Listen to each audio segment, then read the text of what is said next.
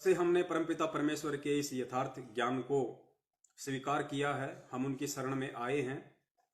उसके बाद से परमेश्वर ने हमें जितने भी सत्संग सुनाए हैं, हर सत्संग में ज्यादातर परमात्मा का एक ही जोर होता है कि सबसे पहले हम भगत बने, हम साधु बने।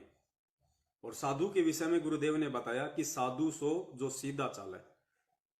संत वही होता है, भगत वही होता है, साधु वही होता है जो बिल्कुल सीधे तरीके से रहे, वो अपने परमेश्वर की रजा में राजी रहे। मालिक की वाणी भी है ना कि कुत्ता हूं गुरुदेव का, मोतिया दास का नाम। तो जैसा वो परमात्मा हमें रखना चाहे, जैसा परमात्मा हमें बनाना चाहे, जिन परिस्थितियों में परमात्मा हमें ढालना चाहे, हमें उस परमेश्वर के अनुसार उनके संकेतों को समझते हुए हमें वैसा ही भक्ति मार्ग पे व्यवहार करना चाहिए, तभी हम सफल हो सकते हैं, अन्यथा नहीं हो पाएंगे। तो संदेशा ये था पुण्यात्माओं कि आज हम जितने भी भगत भाई बहन हैं, तकरीबन कई लाखों की संख्या में सतगुरु रामपाल जी महाराज जी के शिष्य और शिष्य हैं।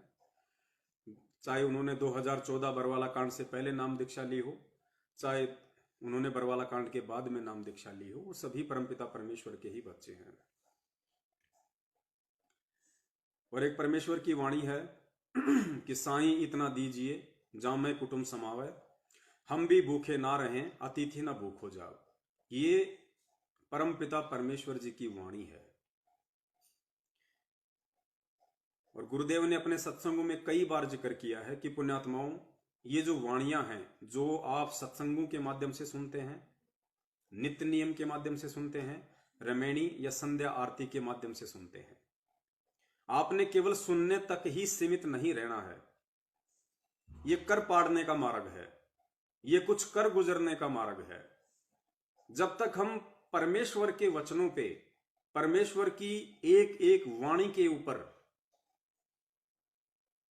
सही तरीके से अपने आध्यात्मिक कदम रखना शुरू नहीं कर देंगे, तब तक हम चाहे लाख जन्म भक्ति करते रहें, चाहे हम कितने ही बड़े भगत बनते रहें, हम लोग सतलोक नहीं जा सकते हैं।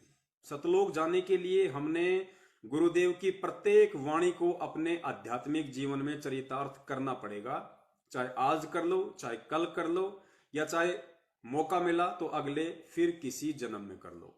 मालिक की वाणियों को, मालिक के सत्संगों को, मालिक के वचनों को अपने जीवन में उतारना पड़ेगा। उन वाणियों के माध्यम से परमेश्वर जो हमें निर्देशित कर रहे हैं, आदेशित कर रहे हैं, हमें उनके अनुसार चलना पड़ेगा। जितना विश्वास अपने गुरु के ऊपर और इस भक्ति के ऊपर हमें उस परमेश्वर ने अपनी वाणियों के माध्यम से करने के लिए निर्देशित किया है, उतना हमने करना पड़ेगा। वरना ठीक है, जैसा हम कर्म करेंगे, जैसी हम भक्ति करेंगे, उस अनुसार परमात्मा लाभ अवश्य देगा। लेकिन जो मुख्य हमारा काम है वो है मोक्ष का, उस काम से हम वंचित रह जाएंगे। और अगर उनसे वंचित रह गए तो फिर कोई फायदा नहीं है परमपिता परमेश्वर सतगुरु रामपाल जी महाराज जी की इस बिचली पीढ़ी में शरण लेकर भी। तो परमेश्वर की वाणी है कि साईं इतना दीजिए जिसमें कुटुंब समावे, हम भी भूखे ना रहें साधु ना भूखा जाए। कि हे परमपिता परमेश्वर, आपके दास ने आप जी से शिक्षा लेके, दीक्षा लेके और आप जी के सत्संग सुन के परमेश्वर ये ज्ञान को आधार बनाते हुए ये समझा है कि परमेश्वर यदि मुझे मोक्ष प्राप्त करना है तो आपकी इस वाणी के अनुसार मुझे बहुत ही सादा तरीके से, बहुत ही सिंपल तरीके से अपने इस जीवन को जीना होगा। भले मेरे पास में माया कमाने के, पैसे कमाने के, धन इकट्ठा करने के लाख ऑप्शन आ जाएं, लेकिन परमात्मा उन सबको ठोकर मारते हुए, उन सबको ठुकराते हुए मुझे केवल आपके सत्संगों के अकॉर्डिंग, आपकी वाणी के अनुसार ही चलना होगा। तभी मैं आपके बताए रास्ते पर सही तरीके से चल पाऊंगा, अन्यथा कभी जीवन में सफल नहीं हो पाऊंगा। और पुण्यात्माओं, एक चीज नोट करने की है, मालिक की एक वाणी भी है, हम नित्य नियम में भी पढ़ते हैं कि कीट न जाने भृंग को गुरु कर ले आप समान। ये वाणी है परमात्मा की कीट न जाने भृंग को, कि भाई गुरु को कीजिए दंडवत, कोटि कोटि प्रणाम, और कीट न जाने भृंग को, गुरु कर ले आप समान। इस वाणी का सरलार्थ करते हुए गुरुदेव ने बताया कि एक कीड़ा होता है भृंगी, और वो क्या करता है, वो किसी भी कीड़े को पकड़ लेता है, किसी भी कीड़े को, चाहे कोई दूसरी प्रजाति का हो, किसी भी कीड़े को पकड़ के और वो दीवार पे चिपका देता है, किसी भी मिट्टी वगैरह के साथ में, अपनी लार वगैरह के साथ में। और उसके बाद वो क्या करता है, वो उसके पास आके बार बार बार बार जैसी भी उसकी आवाज होती है, भ्रंग भ्रंग भ्रंग भ्रंग, वो करता रहता है। और कुछ ही दिनों में वो जो दूसरी प्रजाति का जो कीट था जिसको दीवार पे चिपकाया था, उसकी आवाज सुन सुन के, उसकी आवाज सुन सुन के वो भी एक दिन वैसा ही हो जाता है, भृंगी। इसलिए परमेश्वर कहते हैं कि गुरु को कीजिए दंडवत, कोटि कोटि प्रणाम, और कीट न जाने भृंग को। वो जो कीड़ा था, वो जो कीट था, वो उस भृंगी को नहीं जानता था, नहीं पहचानता था। तो कीट न जाने भृंग को, गुरु कर ले आप समान। लेकिन उस सतगुरु के आशीर्वाद से, उस सतगुरु की मेहनत से, उस सतगुरु की आवाज से कुछ ही दिनों में ऑटोमेटिक वो भी वैसा ही बन जाता है, उसको मालूम भी नहीं पड़ता है। तो पुण्यात्माओं, ठीक यही स्थिति आध्यात्मिक जीवन में होती है। एक भगत जो परमात्मा से नाम उपदेश लेके अपना आध्यात्मिक जीवन शुरू करता है, और यदि उसका मकसद मोक्ष प्राप्त करना है, वास्तव में यदि वो भक्ति के मकसद से ही जुड़ा है और आत्म कल्याण करवाना ही यदि उसका मकसद था, तो उस आत्मा को एक दिन मालूम भी नहीं पड़ेगा, सतगुरु की संगति करते करते करते करते कब वो सतगुरु जैसा ही बन जाता है, उसको मालूम भी नहीं पड़ेगा। यही इस ज्ञान का सबसे बड़ा असर होता है। तो आध्यात्मिक जीवन में हमें कैसे रहना है, हमें कैसे चलना है, हमने किन किन मापदंडों का पूर्णतया पालन करना है, इस बात की यदि हमें सत्संगों से जानकारी ना हो पाए, किसी कारणवश सत्संग ना सुन पाने के चलते या साध संगति ना कर पाने के चलते, तो गुरुदेव ने इसका दूसरा सीधा सा तरीका बताया कि आप आध्यात्मिक जीवन में अपने गुरु को देख के चलिए। यदि आपका गुरु सच्चा है, सतगुरु है, शास्त्रों से आप जी को प्रमाणित हो चुका है, जो पहचान सतगुरु के विषय में बताई हुई है, और उसके बाद यदि आपने नाम दीक्षा ली है, तो फिर आपको वैसा ही आध्यात्मिक या सामाजिक जीवन जीना है जैसा कि आपका सतगुरु जी रहा है। तो जिन जिन भगत भाई बहनों ने परमपिता परमेश्वर सतगुरु रामपाल जी महाराज जी से नाम उपदेश लिया हुआ है, वो अपने पूज्य गुरुदेव जी के आध्यात्मिक और सामाजिक जीवन को देख सकते हैं कि किस प्रकार से उस परमात्मा की रहनी और करनी है, और वैसा ही वो परमात्मा आप और हम सभी को बनाना चाहते हैं। गुरुदेव ने बताया कि जीव पीव तो नहीं बन सकता, पीव कहते हैं परमात्मा को, और जीव आप और हम। तो गुरुदेव ने बताया कि जीव वैसे पीव तो नहीं बन सकता, परमात्मा तो नहीं बन सकता, लेकिन पीव के जैसा बन सकता है। और जब तक वो पीव के जैसा नहीं बनेगा, जब तक वो परमात्मा के जैसा नहीं बनेगा, तब तक वो भक्ति मार्ग में सफल नहीं हो सकता। तो बहुत सारे भगत भाई बहनों को समस्या आती है सामाजिक जीवन में, नाम दीक्षा लेने के बाद में, आध्यात्मिक जीवन में भी बहुत सारी समस्याएं आती हैं। तो उन्हें अपने सतगुरु को देख के चलना चाहिए, उन्हें अपने परमपिता परमेश्वर के पद चिन्हों पे चलना चाहिए। बहुत सारे भगत भाई बहनों को शादी विवाह में दिक्कत आती है, किसी को लेन देन में दिक्कत आती है, कोई ससुराल जाता है उसको टीका लेना, जवारी लेना है, धोख लगाना, बहुत सारी चीजों में दिक्कत आती है। तो उन आत्माओं को अपने सतगुरुदेव जी को देख के चलना चाहिए कि मेरे सतगुरुदेव जी ने एक आम व्यक्ति की भूमिका करते हुए, और जो एक लीला की है उन्होंने, उस लीला में जीवन में उनका क्या रोल रहा है। जब से मैंने नाम दीक्षा ली है, क्या तब से मेरा गुरु कभी किसी शादी में गया?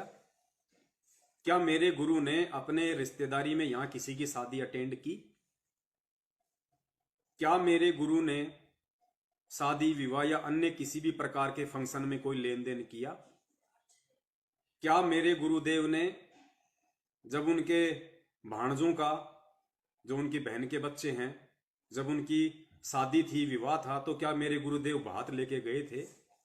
क्या मेरे गुरुदेव वहां पे पटड़े पे चढ़े थे, अपनी बहन से तिलक निकलवाया था? क्या मेरे गुरुदेव किसी की 13वीं में गए थे, और गए थे तो क्या क्या फॉर्मेलिटी की थी?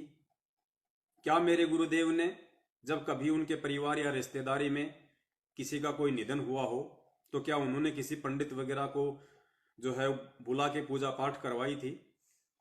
या जैसा उस पंडित ने निर्देशित किया था पिंड वगैरह भरवाने के लिए, मटके वगैरह फोड़ने के लिए, या अन्य किसी प्रकार के आडंबर करने के लिए, जो जो परंपरागत हैं, सदियों से चलते आ रहे हैं, क्या मेरे गुरुदेव ने कोई सहयोग किया? क्या किसी को नारियल भी लाके पकड़ाया? क्या नारियल के लिए 5 रुपए भी दिए गुरुदेव ने? आध्यात्मिक जीवन में आ जाइए, आध्यात्मिक जीवन में देख लीजिए अपने गुरुदेव को। क्या मेरे गुरुदेव ने जब से उन्होंने नाम दीक्षा ली 17 फरवरी 1988 से, तो जिस प्रकार से आज मैं इतना ज्ञान लेने के बाद भी, शिक्षा ग्रहण करने के बाद भी, गुरुदेव के द्वारा 27 साल से सत्संग रूपी खजाना लुटाने के बाद भी, जिस कदर मैं बात बात पे अपने गुरुदेव की अवज्ञा कर देता हूं, उन्होंने मुझे जो मर्यादा दी है, सत्संगों में जो आदेश दिए हैं, बार बार मैं उनको तोड़ देता हूं, मर्यादाएं खंडित कर देता हूं। क्या मेरे गुरुदेव ने 17 फरवरी 1988 से आज 2021 तक, क्या उन्होंने एक भी मर्यादा जो उनके मुंह बोले गुरुदेव स्वामी राम देवानंद जी महाराज जी ने उनको बताई या निर्देशित किया या लिख के दी, क्या एक भी मर्यादा मेरे पूज्य गुरुदेव जी ने तोड़ी है आज तक? उल्लंघन करने की सोची भी है आज तक? अगर नहीं तो पुण्यात्माओं, फिर हमें अपना आंकलन कर लेना चाहिए कि आध्यात्मिक जीवन में हम कहां हैं। और जब तक हम अपने पूज्य गुरुदेव जी के नक्शे कदम पे नहीं चलेंगे, उनके पद चिन्हों पे नहीं चलेंगे, तब तक पुण्यात्माओं, जैसी हम भक्ति करेंगे, गुरुदेव ने बताया उस भक्ति के अनुसार तुम्हें स्वर्ग में राजा भी बना दिया जाएगा, ब्रह्मा विष्णु महेश भी बना दिया जाएगा। तुम नीचे पृथ्वी पे आके सतयुग से लेके इस कलयुग तक तुम राजा भी बन सकते हो, लेकिन मोक्ष नहीं हो सकता। उसके बाद फिर 84 लाख में भी जाओगे। तो आज हमारे पास में सबसे बड़ा मौका है, एक सौभाग्य, एक गोल्डन चांस है कि आज हम परमेश्वर के प्रत्येक वचन के ऊपर सोने की तरह खरे उतर जाएं। छोटा सा ही तो जीवन है। असंख्य शीश हमने काल भगवान को दिए हैं, पशु पक्षी बनके, इंसान बनके भी इसने शीश लिए हैं। क्या पता हम किसी राजा की सेना में सैनिक रहे होंगे, हमने बहुत सारी लड़ाइयां लड़ी हैं, दुश्मनों ने हमारे शीश भी उतारे होंगे तलवारों से, हमने भी लोगों के उतारे होंगे। तो परमेश्वर की वाणी है कि करोड़ों शीश तूने दे दिए, यम राजा की फेंट। फेंट का मतलब गुरुजी ने बताया, फेंट का मतलब होता है झटके से, जबरदस्ती लेना। करोड़ों शीश तूने दे दिए यम राजा की फेंट, इस काल ने झटके से जबरदस्ती तेरे करोड़ों शीश उतारे हैं। कभी मुर्गा बना के, कभी बकरा बना के, कभी बकरी बना के, कभी सैनिक बना के। और एक शीश दे के देख ले, सतगुरु अपने की भेंट। भेंट होता है प्यार से, प्रेम से, ज्ञान समझ के। गुरुदेव कहते हैं कि बेटा एक शीश तू मेरे को दे दे, बस तेरा ये, और ये जीवन भी मैं तेरा पूरा कहां मांग रहा हूं नालायक। आधे से ज्यादा जीवन तो तूने मौज मस्ती में निकाल दिया। अगर तू ये सोचे कि मैंने तो कोई मौज मस्ती की नहीं, मैंने तो जीवन के आनंद लिए नहीं, तो परमात्मा कहते हैं नालायक, तेरी 30, 35, 40 साल की उम्र हो रही है, अब जाके तू मेरी शरण में आया है। तेरी खोपड़ी से लेके नीचे तक तेरे सफेद बाल हो गए, तेरे बच्चे मौज मस्ती करने के लायक हो गए, तो तूने भी तो सारी मौज मस्तियां कर ली। अब तो कम से कम ये आगे का बचा कुचा 10, 20, 15, 25, 30 साल का जो तेरा जीवन है, ये तो कम से कम तू मेरे को भेंट कर दे। देखो मांग रहा है परमात्मा हमसे, कह के मांग रहा है, जबकि ये तो बिना बिना कहे देना होता है, ज्ञान समझ के। लेकिन फिर भी वो परमात्मा देखो हमें पार करने के लिए, अपने बच्चों को समझाने के लिए कहता है, शीश एक दे के देख ले, सतगुरु अपने की भेंट। अपने सतगुरु को प्यार से ये शीश उनको सौंप दे। उनके चरणों में रख दे कि परमात्मा चाहे इसको काटो, चाहे जो मर्जी करो, ये दास का जो शरीर है, इस दास के शरीर के खून का एक एक कतरा परमात्मा आपका है। चाहे इस जन्म में पार करो, चाहे अगले जन्म में करो, चाहे अगले किसी जन्म में पार करो। इस दास का अपना कुछ भी नहीं है परमेश्वर, सब कुछ आपका है। और फिर परमात्मा ने शीश देने का मतलब बताया कि वे सतगुरु कभी ये शीश नहीं लेता।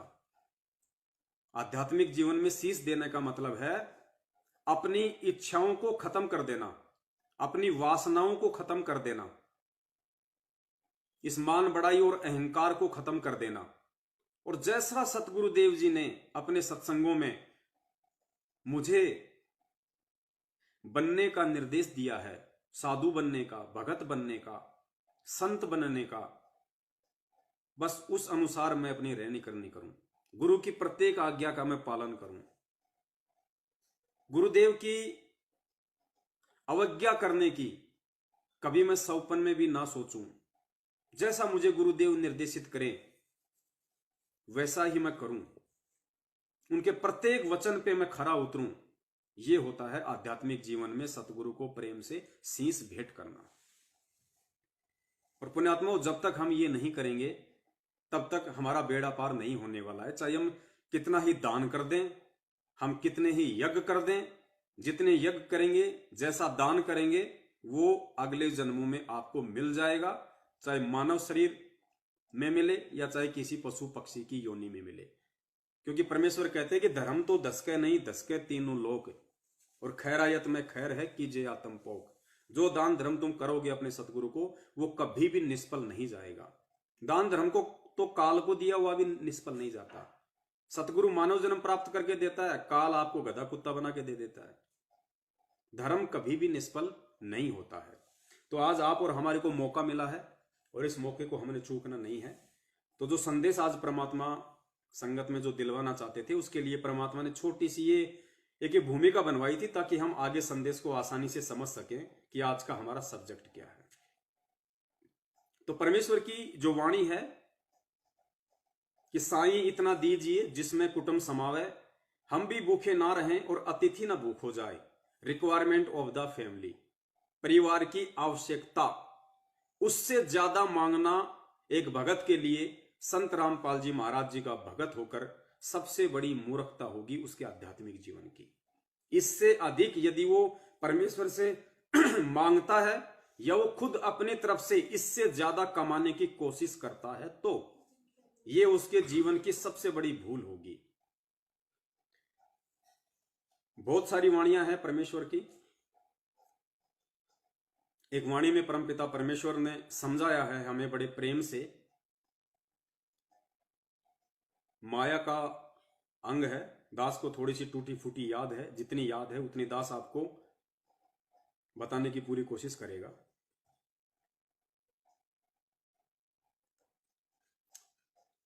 गुरुदेव ने बताया कि परमात्मा ने सत्संग करते हुए अपनी वाणी के माध्यम से कहा कि दानी को नहीं देत हूं, ना राखूं वर्ष करोड़, ये माया है सूम की बंदी सूम गलडोर। गुरुदेव ने कहा कि जो मेरा भगत दान करेगा उसको मैं धन नहीं दूंगा। धन नहीं देने का मतलब उसको उतना ही दूंगा रिक्वायरमेंट ऑफ द फैमिली, क्योंकि हम वाणी भूल सकते हैं, परमात्मा अपनी वाणी नहीं भूल सकता। तो परमेश्वर ने कहा कि दानी को नहीं देत हूं, जो दान करेगा उसको मैं धन नहीं दूंगा। अब देखना पुण्यात्माओं, इन परमेश्वर की वाणियों पे गौर करना। आज 90% भगत समाज दान यही सोच के करता है कि मुझे धन और ज्यादा मिलेगा, क्योंकि परमेश्वर ने भी अपनी वाणियों में जिक्र किया है कि भाई धन चाहे तो दान कर और मुक्ति चाहे तो नाम। लेकिन परमेश्वर की किस वाणी का कहां पे क्या अर्थ निकलेगा, इस चीज को समझना ही परमेश्वर के उस परमेश्वर के सत्संगों के संकेतों को समझना है। यही तत्व ज्ञान है जो एक शिष्य अपने सतगुरुदेव जी से सीखता है। तो दो वाणियां परमेश्वर ने बोली कि धन चाहे तो दान कर और मुक्ति चाहे तो जप नाम। और दूसरी वाणी में परमात्मा कह रहे हैं कि दानी को नहीं देत हूं ना राखूं वर्ष करोड़। जो मेरा भगत दान करेगा उसको मैं धन नहीं दूंगा, ना राखूं वर्ष करोड़। उसको धन देकर, दान करने वाली पुण्य आत्माओं को धन देकर मैं करोड़ों वर्षों तक इस काल की जेल में नहीं रखना चाहता। दानी को नहीं देत हूं ना राखूं वर्ष करोड़। ये माया है सूम की। सूम होता है कंजूस आदमी। ये माया है सूम की बंदी, सूम गलडोर। इस माया को तो मैं कंजूस व्यक्ति के ही पैरों की बेड़ियां बना के उसको पहना के रखूंगा। भगत के लायक माया नहीं होती है, भगत के लिए माया नहीं होती है। तो फिर किसी भगत ने सवाल किया कि हे परमपिता परमेश्वर, भगत तो दान ही ये सोच के करता है कि दान करेंगे तो धन मिलेगा, धन मिलेगा तो फिर मकान खरीदेंगे, प्लाट खरीदेंगे, 100 प्रकार के काम जोड़ेंगे। लोग तो दान ही धन की प्राप्ति के लिए करते हैं, और आप कह रहे हो कि दानी को नहीं देत हूं ना राखूं वर्ष करोड़। तो परमेश्वर, फिर जो दान करने वाला जो आपका भगत है उसको फिर आप क्या दोगे अगर धन नहीं दोगे तो परमेश्वर ने बड़े प्यार से कहा कि दानी को तो देत हूं ज्ञान ध्यान विश्वास। देखना पुण्यात्माओं, पूज्य गुरुदेव जी ने बताया कि ज्ञानी को तो देत हूं, दानी को तो देत हूं ज्ञान ध्यान विश्वास, भक्ति गरीबी और बंदगी, ज्यों निपजे निज दास। जो मेरा भगत दान करेगा, कौन सा भगत? ज्ञान को समझ के जो दान करेगा, ज्ञान को समझ के जो दान करेगा, उस मेरी प्यारी आत्माओं को मैं क्या दूंगा? दानी को तो देत हूं ज्ञान ध्यान विश्वास। ज्ञान क्या? इस परमेश्वर के पूर्ण मोक्ष मार्ग की जानकारी, यथार्थ जानकारी, तत्व भेद। दानी को तो देत हूं ज्ञान ध्यान। ध्यान क्या? उसको ऐसा ज्ञान दे दूंगा उसके बाद उसका ध्यान मेरी भक्ति से और मेरे चरणों से, पूज्य गुरुदेव जी कहते हैं कि हटेगा ही नहीं। ज्ञान ध्यान और विश्वास, उसको इतना विश्वास से भर दूंगा, इतना विश्वास से भर दूंगा, उस जन्म में उस पुण्य आत्माओं को कोई डगमग नहीं कर पाएगा। इतना विश्वासी मैं उस आत्मा को बना दूंगा। दानी को तो देत हूं ज्ञान ध्यान विश्वास, और क्या देंगे? भक्ति गरीबी बंदगी, ज्यों निपजे निज दास। उस मेरी प्यारी पुण्य आत्माओं को मैं ज्ञान ध्यान विश्वास भक्ति गरीबी बंदगी शील संतोष विवेक दया अक्षमा परोपकार निश्चलता निष्कपटता, ये सारे गुण जो 16 श्रृंगार हैं एक आत्मा के, ये सारी चीजें मैं उस दान करने वाली आत्मा को दूंगा। ज्यों निपजे निज दास, ताकि जो मेरा दास है वो निपजेगा, उपजेगा, वो बढ़ेगा, वो वृद्धि करेगा भक्ति मार्ग में सतलोक जाने के लिए।